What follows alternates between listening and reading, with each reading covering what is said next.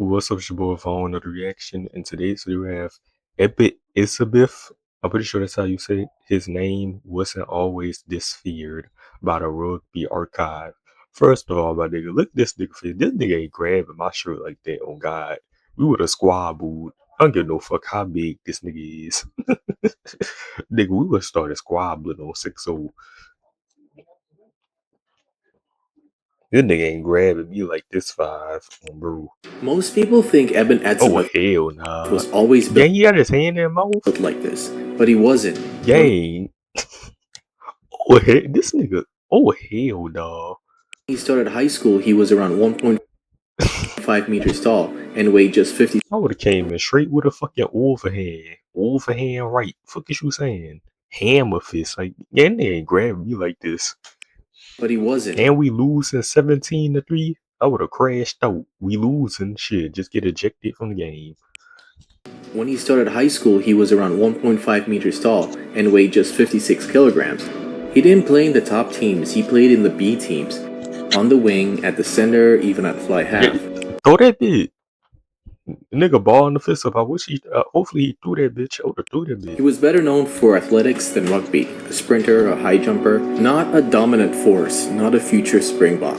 But how does a player like that become one of the most feared men in rugby? Because what changed wasn't just his body, it was how quickly everything happened. Over the next few years, he grew rapidly. Man, why is y'all man punch this nigga? By the time he reached grade 11, he had gained close to half a meter in height and added nearly 50 kilos. When he came back to school that year, his coach described him as a monster.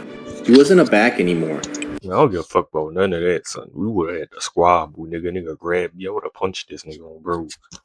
He was moved into the forwards almost immediately, and from that point on, his rugby changed completely. But what matters the most is that by the time this size came, he wasn't learning how to be physical, because he already was. Eben Etzebeth was born in Cape Town, South Africa, a place where rugby carries weight far beyond the field. In many parts of the country, the game is tied closely to identity. Rugby was always present, not just as a sport, but as something expected. And within his own family, that presence was even stronger. His uncles Cliffy and Scatty were known in the local rugby circles. They were professional wrestlers and legendary hard men, known for their immense physical strength and combativeness. They were notorious for their toughness in the Paro area of Cape Town. Stories often circulated about their involvement in legendary bar fights. Growing up around that, rugby wasn't abstract. It was just something you watched or trained for. It was part of everyday conversation. And he slapped his ass. That shaped the way Etzebeth approached the game early on. There was no need to build an identity around rugby. He grew up inside one. South Africa's rugby school system is one of the most competitive in the world. It is also unforgiving. Players who rely purely... Y'all seen I got a video on my watch later about dude visited a South Africa rugby school or something like that, academy. On physical strength are often exposed. Discipline, positioning, and decision-making are just as important as power. This is where Etzebeth's game began to take shape. He learned how to control his aggression, when to engage, when to hold position, when to commit fully to a collision. That balance is what separates players who are simply strong. For those who become effective at high levels, by the time he finished school, Eben had developed a style that was already recognizable, direct, physical, and consistent. Not flashy, not unpredictable, but extremely difficult to deal with. Etzebeth's transition into professional rugby came in 2012, when he joined the Stormers. The jump from school rugby to Super 20 years old rugby is significant. The speed increases, the physicality intensifies, mistakes are punished immediately. Many young players take time to adjust. Etzebeth did not. From his earliest appearances, he looked comfortable at the level. He carried the ball with authority, defended with intent, and most importantly, he maintained the same physical presence that had defined his game at high school level. But what changed was the opposition. These were no longer developing players, they were experienced professionals. And yet, Etzebeth's impact remained the same. Later that same year, Etzebeth was selected to play for the Springboks. At just 20 years old, he was stepping into one of the most demanding environments in world rugby. International rugby is less forgiving than any other level. The pace is fast. Oh, you already know have the girls found this nigga on TikTok yet? They already gonna make TikTok edits talking about some he's so fine. Like, hear me out. the margins are smaller. They love them white boys. They fancy them white boys, them tall white boys. Physical demands are constant, but Etzebeth adapted quickly. He didn't need a long adjustment period. He brought the same attributes that had defined his game up until that point: physical presence, consistency, and control. Within a short time, he became a regular starter, not because of potential, but because of performance. Over the next few years, Etzebeth established himself as a central figure in the Springbok pack. His role was clear: win collisions, maintain defensive structure, provide physical presence in key moments. It is not the most visible role in rugby. It does not always appear in the highlight reels, but it is one of the most important roles. Matches are often decided by small margins: a dominant tackle, a disrupted phase, a slowed breakdown. Etzebeth specialized in these moments, and over time, his consistency became one of his defining traits. As Etzebeth entered his mid-20s, his game matured. The physical attributes remained unchanged. He was still one of the most imposing players on the field. What improved was his understanding of the game.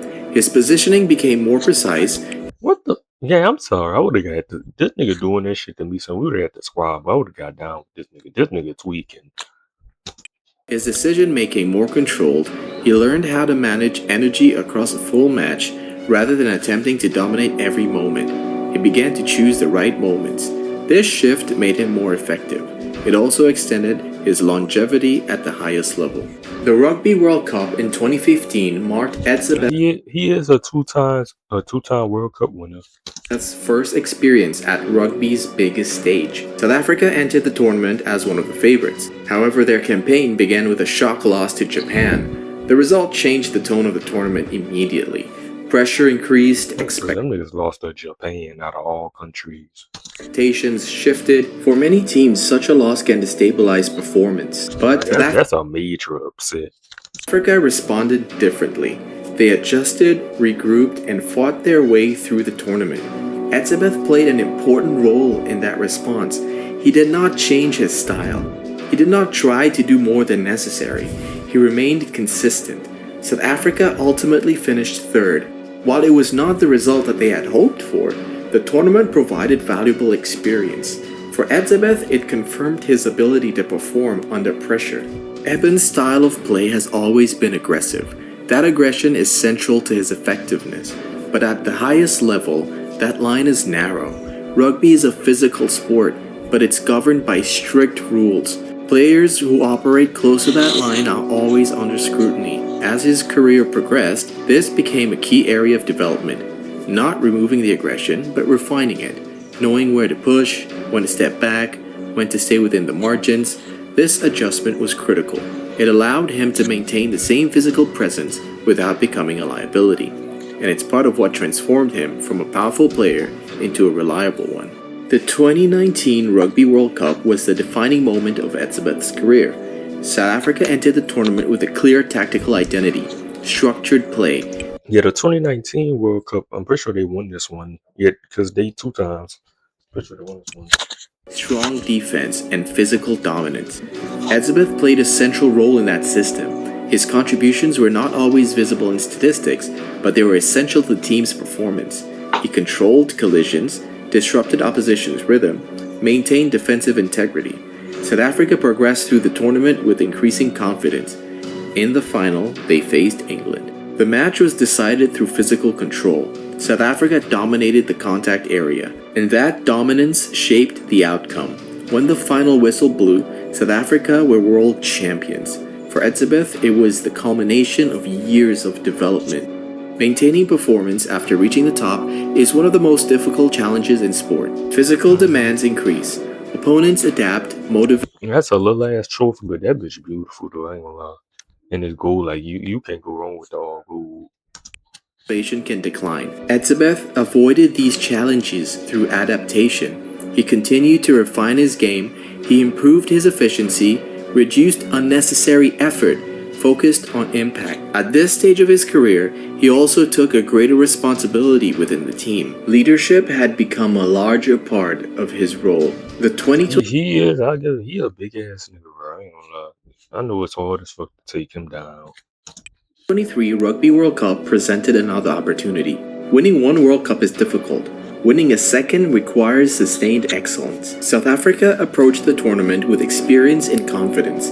Etzebeth remained a key figure. His role had evolved. He was no longer just a physical enforcer. He was an experienced leader, a player who set standards through performance. South Africa navigated the challenging tournament. Close matches, high pressure, small margins, but they won again, back-to-back champions. For Etzebeth, it confirmed his place among the most consistent players of his generation.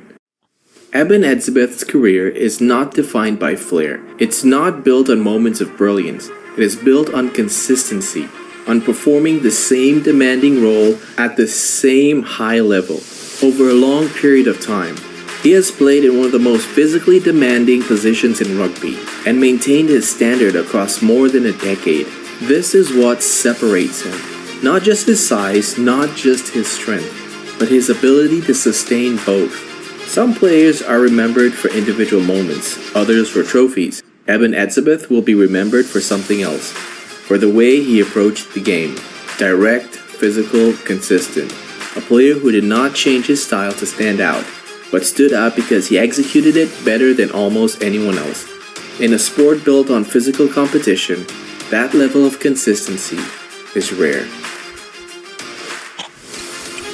Well, Michelle, is he gonna be in the 2027 World Cup?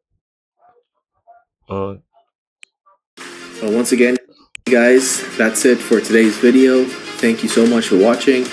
If you've made it this far in the video, I really appreciate it. And if you have a Make sure like, comment, subscribe, and my deuces.